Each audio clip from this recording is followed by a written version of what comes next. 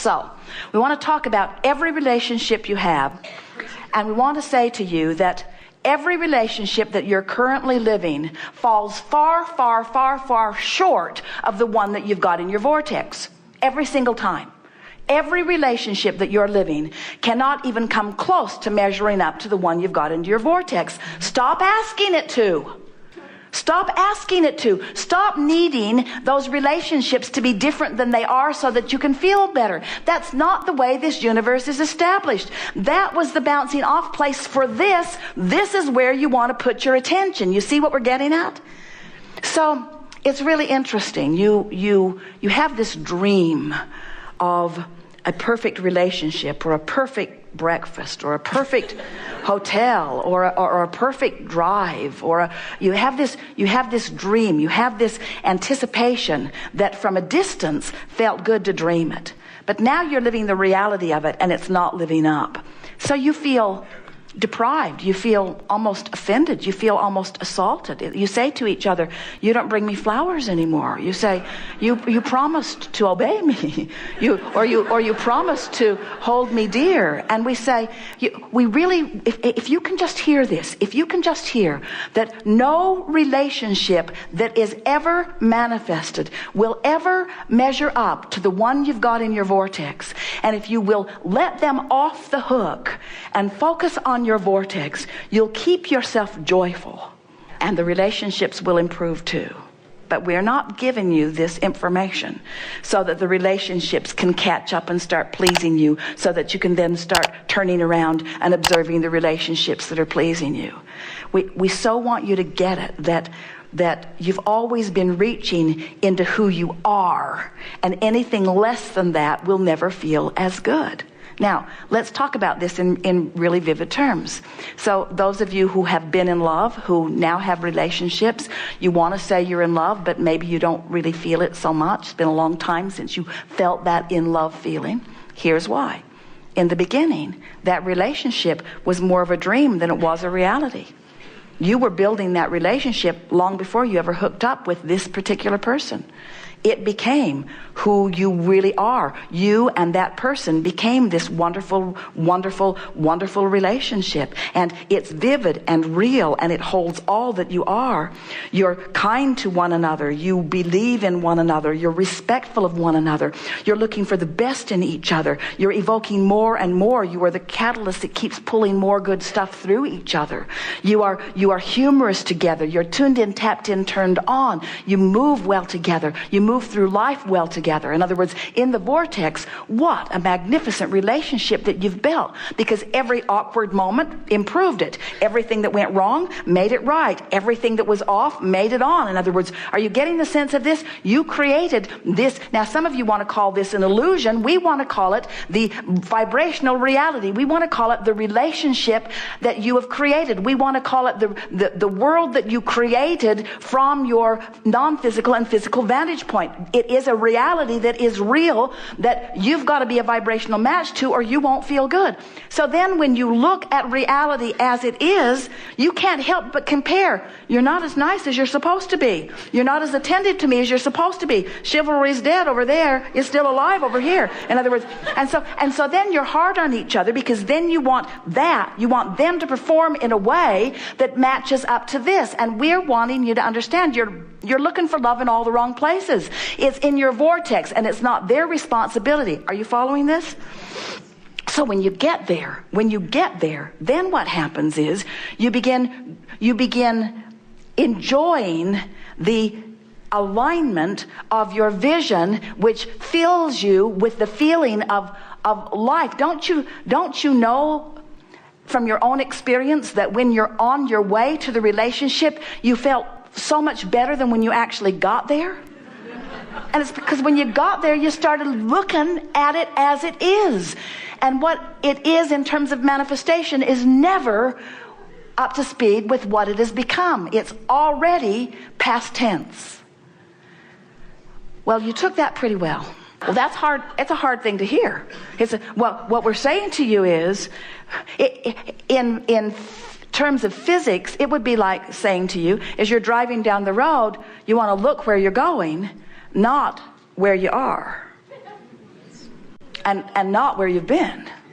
You want to look where you're going. And while that's simplistic and really almost silly, it's the same idea. We want you to look toward what will manifest, but we want you to look toward what is. We want you to feel the realness of who you are.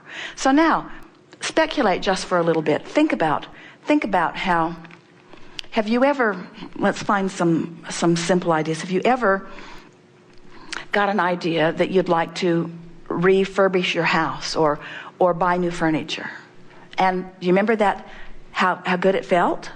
Did you ever look through catalogs and kind of start forming an image of how you'd like it to look? And didn't it feel better than when you got into the throes of trying to gather it all up? Or pay for it? Or find someone who could coordinate it? In other words, isn't it easier to feel good in the envisioning stage? And what we want you to come along, and we can feel you starting to move with us. What we want you, if we could convince you that your life is about the way you feel, then it wouldn't matter to you if you're dreaming the new furniture or if you're placing it. If we've really convinced you that how you feel is where it's at. So movie makers just keep dreaming new movies. Authors just keep dreaming new books. Songwriters just keep writing new songs. The creative people never rest on their laurels. The happy creative people only stay happy and creative because they keep writing the next song. You see what we're getting at? They keep painting the next painting. Do you really think the world needs another painting? No, but painters want to paint. Sculptors want to sculpt. Songwriters want to write songs. Musicians want to make music. In other words, you're getting the hang of it, aren't you? In other words, you want to flow the energy. That's how you mold the clay. You want to flow the energy. You want to think the good feeling thoughts. You want to sing the good feeling songs. You want to think the good feeling thoughts. You want to think the good feeling thoughts. You want to think the good feeling thoughts. You don't want to think bad feeling thoughts. You want to think the good feeling thoughts. Now think about it. As we watch people building empires, as we watch relationships coming together, as we watch movements coming into being, do you know that far and away the majority of the movement happens before there is any physical stuff that even comes into being? In other words, as you dream your empire, as you dream your dream employees, as you dream your dream product, as you dream the world's response to it, as you dream that, it's all pure because there's no reality that's clashing with it. You got to dream it as you wanted to dream it. But when you start facing reality and reality clashes with the dream, that's when you lose your connection, and that's when your dream slows down. Well, you're almost there. You're closer than any audience has been, we'll tell you that. You're closer than any audience has been to us having convinced you of the reality of this vortex and the benefit to you to reach toward it. Because have you ever been on vacation and you've been out on the road and you've been sort of free and in an attitude of discovery with no time commitments, just sort of free flowing? And you know that fresh feeling of the universe just yielding to you fun stuff to see and fun things to feel? It's that fresh feeling that you can have all day, every day, once you start living this real time that we're talking about. So if someone says, did you get your new car? You could say and mean and smile and feel good as you say, no, I'm still dreaming about it. And then they'll go, oh. Oh. But you don't mean, oh. You mean, I'm still dreaming about it. Did you meet that perfect, did you find your lover yet? No, I'm still dreaming about him. Oh. No, you don't understand. He doesn't have to be here this red hot minute. The idea of him has breathed life into me, the likes of which I cannot even begin to explain. Did you write your best-selling novel yet? No, I'm just dreaming about it. Oh. Haven't really gotten around to it yet. Oh, no. Life is just showing me bits and pieces of it. I'm gathering it up. I can feel it formulating. I can feel the inspiration that's flowing through me. I've never felt so vivid or so alive. You move into your new house yet? No, I'm still dreaming about it. Oh, no. That dreaming about it is good. I'm in the vortex. I'm tuned in with the vibrational reality of it. It's breathing life into me. Oh, sure, it will manifest. But I've found, you can say to your friends, that the more that manifests, the more I have to ensure it. The more I have to move it from place to place, the more I have to clean it. In other words, you watch people. The more they gather, the less good they feel. The less they've got, the better they feel. We're not trying to talk you out of manifestations, friends. We're not. Manifestations are so wonderful, and there is nothing more spiritual than the manifestation of this spirit that you are. Nothing is more delicious than manifestation. But manifestation that comes from alignment is delicious. Manifestation that is dragging you around by the hair is not.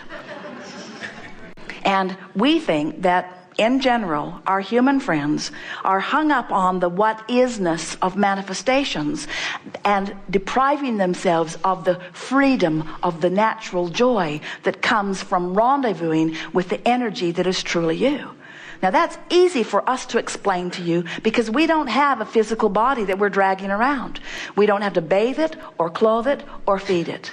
We don't live in a house that we have to pay rent on or own or insure. In other words, we live in a state of beingness. But here's the big picture for you. So does the larger part of you. You are spirit. You are not thing. You are a being, not a doing. You are a being, not a having. You are a physical being who has the potential of aligning with the clarity and the adventure and the love and the sureness and the worthiness that is really you. And you can tell moment by moment whether you've caught a glimpse of it. And when you do, milk it, milk it, milk it, milk it, milk it, milk it, milk it, until you say incessantly to those around you who say, well, what do you need? You say, I really don't need anything. There's nothing that I need. But I'm always on the quest for alignment. What does that mean? Well, it's sort of a long story, but what it basically means is I'm more than I see or that you see here in this physical body. And I can feel the wholeness of who I am through my emotions, and I'm always on the trail of that. Now, most people won't get it, but you do. You get it. And in fact, you've gotten it so good that you can't go back from it. We should have explained that at the beginning, that you now know too much. You now know too much. You can't go back. You know too much. You can't go back. You are source energy in physical bodies, and the way you feel is everything. A woman said, my lover left and now I'm sad. And we said, no, you're not. She said, Abraham, my lover left and now I'm sad. He said, no, you're not. She said, Abraham. She thought things she didn't say. Something about a ridiculous ghost. Abraham, you ridiculous ghost. My lover left and now I am sad. And we said, no, you're not. She said, let me be very clear with you. I wasn't sad. And then my lover left. And now I'm sad. I'm sad because my lover left. And we said, while you're interacting with that lover, you created a lover in your vortex that lover was not a match to. And when that lover left, you're using that as an excuse not to match up with the one that's in your vortex. You're not sad because that lover left. You're sad because right now, in this red hot minute, you are not a vibrational match to the lover you have created. That's why you're sad. You're sad because you are not up to speed with who you are. That's the only reason that you're ever sad. It's the only reason that you're ever sick. It's the only reason that you ever feel negative emotion. You're not up to speed. You're not up to speed. You're not up to speed. You're not up to speed. Well, how do you get up to speed? You care about how you feel, and you practice reaching for the thoughts that feel better until you find yourself in the vortex, and then you practice being in the vortex until you're chronically in the vortex, and then you're living real time. Then your source energy flowing through you. Now as you're interacting with others, all of you is in that moment. Now you're offering one signal, not split energy. Now you are living life as you've intended. That's what you came for.